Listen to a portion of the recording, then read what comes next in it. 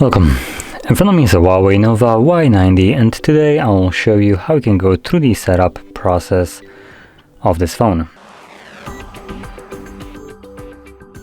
So to get started, find your desired language from this mess of different bubbles, and then choose Get Started. Next page, you can select your region. Now, this step is, I think, optional, doesn't really define much. Throughout the setup process, I'm just going to keep it at United Kingdom. Then, at terms of use, select obviously this checkbox right here that I've carefully read and agreed to the above terms. Now obviously if you're actually interested in reading this crap, you will have to tap on details, and here is your nice bedtime story. From there, moving on to the next page, we can insert our SIM card. Now because this is Huawei and their new flawless logic is to force you into connecting your phone to some kind of network, you will either need to insert a SIM card or connect to Wi-Fi network. So yeah, pop in SIM for mobile if you want to, might be easier. I'm not gonna do that, I'm just gonna connect to Wi-Fi. Now there is, as far as I know, the phone doesn't give you any reason why you would need to connect to the effing network, so bear with the stupidity right here. So I'm just gonna connect to Wi-Fi, because without any network, you literally cannot finish the actual phone setup. And keep in mind, this phone isn't like FRP locked or anything. It's just forcing me to connect to it for no reason. There we go. Now once we connect, we can actually finish up the setup right here. So we have data and privacy. I'm not sure why Huawei even puts privacy word in anywhere on their phone, considering it's Huawei. So I'm just going to disregard it and go to the next page. I think we all can be sure that whatever privacy they're claiming you have is non-existent. Now anyway, on the next page we have device protection. Now we have two different ways of doing so, through fingerprint, face recognition, and PIN pattern or password. Now, if you're planning to use any of the two first options, so both of them or just one of them, you will always be required to also set up a password, meaning PIN pattern or password. The reason for that is if something would happen to your finger or your face or both, you would lose access to your phone, but if you have some kind of physical way of unlocking the device, that still leaves that as an option that has no ways of changing. So you can choose if you want to protect your device right here. Now if you're planning to just completely not protected like I am, you can select skip. Next we have Huawei ID, which is, I guess, equivalent of Google account. I don't really know how else to really compare it to. It's a pitiful excuse of a Google account, and honestly the only thing that you will probably be utilizing right here for the most part will be the app gallery, which is the equivalent of a Google Play Store.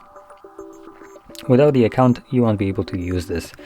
And Huawei decided to take a page out of iPhone's playbook and kind of give you this page right here without any skip options, right? Because we need to hide the skip option under don't have Huawei ID or forget it, which, as you probably are aware, they didn't include anything about skipping in that phrase. Now obviously, if you're planning to download some apps through their app gallery for some reason, you will need to log into it or create an account. If you're planning to maybe transfer over the apps from an old phone, then you can completely disregard this.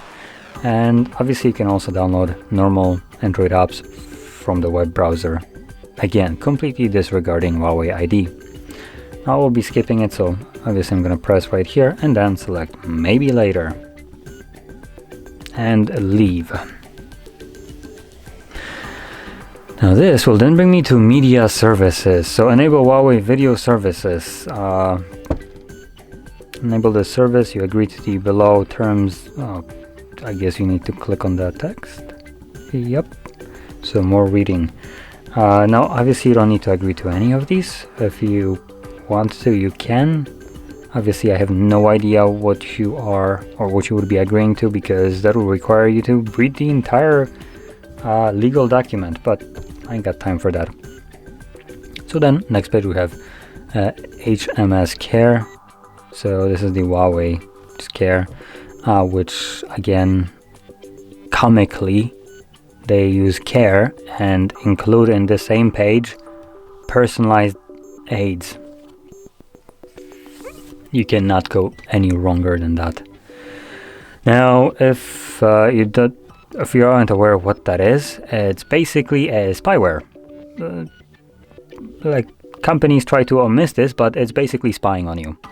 It's literally checking what you're searching for, what you're talking about, and then gives you ads based on your interests, which is based on what we decided to spy on you and found out. We're just gonna give you ads based on that. Nice. So yeah, we're just gonna disable that, as any sane person should. Disable personalized aids. Yep. And then we can finish up by going to the next page. Here we have enhanced services. Obviously, I don't really care whatever Huawei considers as enhanced services. If you are aware, obviously read this, and you can set up enhanced services, enable all services, and the middle option for just setting it up, it gives you options for like all of them. Let's see what we get here. So we have enable all services, Wi-Fi plus, whatever that is, weather services, which I guess just connects to local weather and gives you info about it. AI search, this is something that is used on the home screen. What else we got? My Huawei, just something along with the account, I believe. So yeah, you can go through them, read, but I don't really care, so not now. Then you have user experience improvement programs. So code words for more spying. No thanks. Share analytics. I don't think I need to say this again. Location services. Now this right here will be required for certain apps to function. I don't necessarily know what Huawei uses, for instance, as Google Maps alternative. So I'm just going to use Google Maps as a way to explain this. So location services would be used by certain apps to gain your location, and some apps will literally require that to be enabled. So you can set up later, but whenever you encounter an app that will tell you that it needs this, and some of them just gives you a fuss if you don't enable it. It just simply will not work if you don't allow it to access your location. Now I'll mention that those apps usually include home appliance apps, or anything that includes usually the word smart. Smart at spying. Now it seems like Huawei is all about that. And just to kind of clarify this, I might be kind of crapping all over the basically spyware everywhere here, but there is no reason for your AC, as an example, to need your location just because it's connecting to your phone. So I think that statement should explain my statement, or just like overview of my problem here. So anyway, I'm gonna select later anyway. Now, like I mentioned, if you plan to use some kind of smart home appliances apps, they will most likely require a location, and without it they just will not run. Anyway, moving on, we have keep your software up to date. So here you can update your device automatically by clicking right here. So this will do a overnight update. But if you're planning to oh, I didn't really press on anything, so I'm not sure why that popped up.